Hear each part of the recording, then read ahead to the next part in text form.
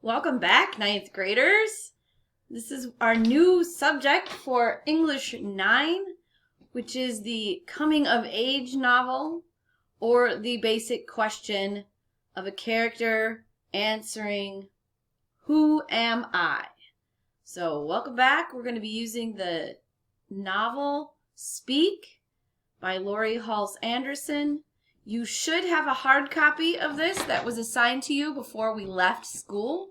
And if not, a PDF version of it will be available to you as we go throughout our assignments, most likely next week, because we have some learning to do before then. Okay, so this is Coming of Age, Who Am I?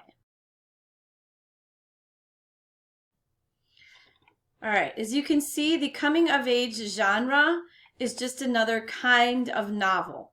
So we've talked about short stories, we've talked about fantasy and horror and other kinds of like historical fiction.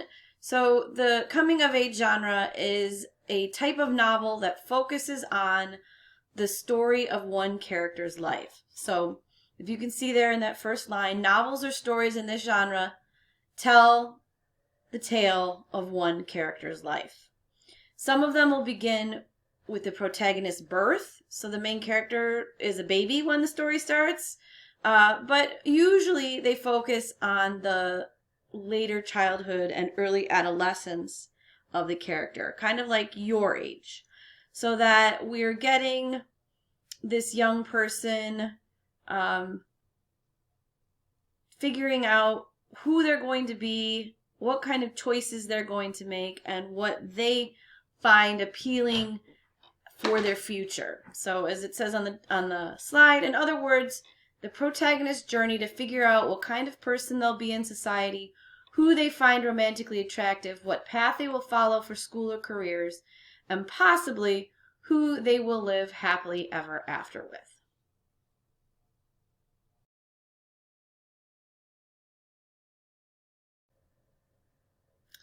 All right, every coming of age story follows the same kind of story grammar that every other novel or short story that we've read will follow, with a few adjustments as part of this particular kind of story's characteristics. So if we look, the first thing is that your plot diagram will have something like the problem, the struggle, a big decision, another form of climax, and then the resolution.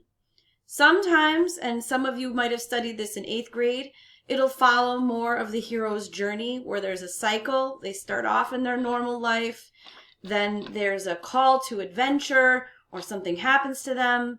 They go through trials, they meet companions, and they go through and have these big struggles until they get back to their normal life, but with new skills and new experience. So it's the same as every other story. You either will have a plot diagram or you might follow the hero's journey. The next step would be your setting, which can be anywhere or anytime. This can include some of the more unusual places, like a futuristic setting or a fantasy setting. It might even be a historical setting or a modern setting. So this time can shift because it's really more about the main character as a person and their growth or development over time. So what you need to be more aware of is the state of the protagonist world. What is going on in their personal life? This is the most important thing. Are they going to have a change? Are they going to find out something that they didn't know before? So what in the setting, like, are going to have conflict with society? What in the setting is the old normal, and then what in the setting is going to become the new normal? So what is this state of the world for this character, and how is that going to change? As for the characters, this is what's really important in a coming-of-age genre. The protagonist, that's our main character, is a young person. And more popularly with the rise of YA novels, it'll be a person about your age. So middle school into high school, late high school, sometimes going off into college, but usually in that high school age group, because that is where we start exploring more of who we are as opposed to who we were as children of our parents and who we are going to be as our young adult. All right. Now, the antagonist, the person or force working against our main character, it can quite often be an older authority figure like parents or teachers, perhaps other family, maybe even the government, depending on how else the setting will play into the journey of this person. The protagonist can also, however, be the same age or nearly the same age as the protagonist. So that would be maybe a frenemy or a straight up bully or someone who perhaps doesn't know them at all, but they're going to be in conflict with them because they want something that is the same or they want something completely different. So your protagonist is definitely a young person, popularly an adolescent, and the antagonist could be someone their age, or it could also be someone older and of having more authority over this young person.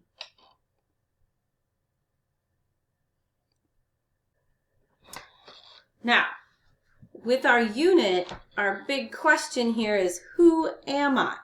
A coming-of-age story is usually the main character trying to answer this question, who am I and what am I about? What am I going to be, or how am I going to be as a young adult into my adulthood? So characterization, that's the process of building a character, is very important in these coming-of-age stories. All right, they're going to go through a transformation as they go through the story.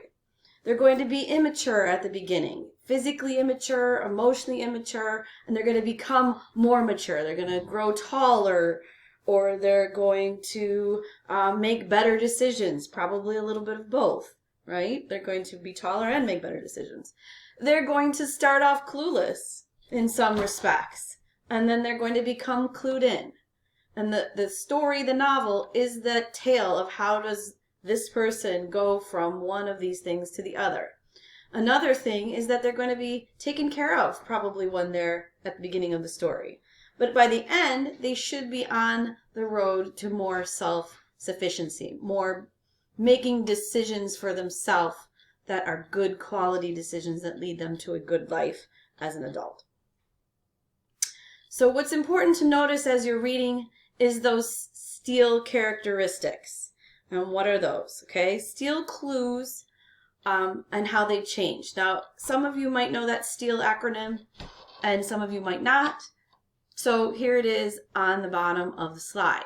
So Steele stands for things that the characters say, things that they think, their effect on others. So how do they make others feel, or how do they make others behave? Their own actions, so what they do, and then what do they look like? So those are the key things that as you're reading, you need to think about, what is my character saying or not saying? What is this character thinking? What is the effect on others? And particularly in the book that we're going to be reading, what do others say and do about our main character and to our main character? So this is how the characterization is built, these kinds of things in the text. So when you're reading for text evidence, what they say, what they think, their effect on others, their actions, and their looks.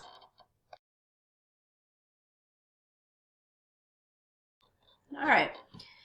Now the conflict of the coming of age genre tends to focus on, of course, the main character.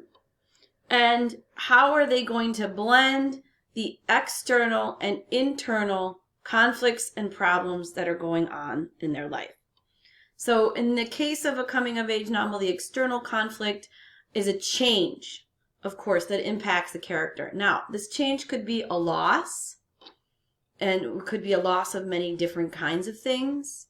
A loss of a family member, a loss of a home, a loss of a pet, even the idea of a loss of innocence, like when you were little and you really thought there were Santa Claus and the Easter Bunny, and then you find out that maybe Santa Claus and the Easter Bunny don't exist. This could be an example of a loss of innocence. It could also be a much more serious kind of loss of innocence, where there are things you don't want to know, and then suddenly you know them as a young adult. It could also be a discovery of some kind. So maybe the person finds out a fact that they're not supposed to know. Maybe they discover something about themselves that makes them different or unique from what is more normal for a person their age and situation. So those external conflicts, a loss, a discovery, those kinds of things will play in to the conflict of a coming-of-age novel. Now, the majority of the conflict, however, is internal. It is the person, the character's reaction to this external event, right? How are they thinking or acting or feeling that changes? Okay, so the internal conflict is their reaction to it, and how does it change their thinking, their feeling, their behavior, and is this change permanent? Is it something that is going to become part of themselves, or is it just a reaction that is an overreaction that then they need to correct their behavior in some way if they're going to move on in a healthy way? And ultimately, what this all comes to is the character growth. So the conflict of the story is always in service of the character growth in a coming-of-age genre. All right? How is this character going to grow? How is this character going to change? What is this character going to learn about themselves and the world? So it's going to be less important, like, the events themselves. This isn't going to be like one of those disaster movies. It's going to be, how does the disaster make this person into the best or better version of themselves? And how are they going to become their adult or more mature self through this conflict?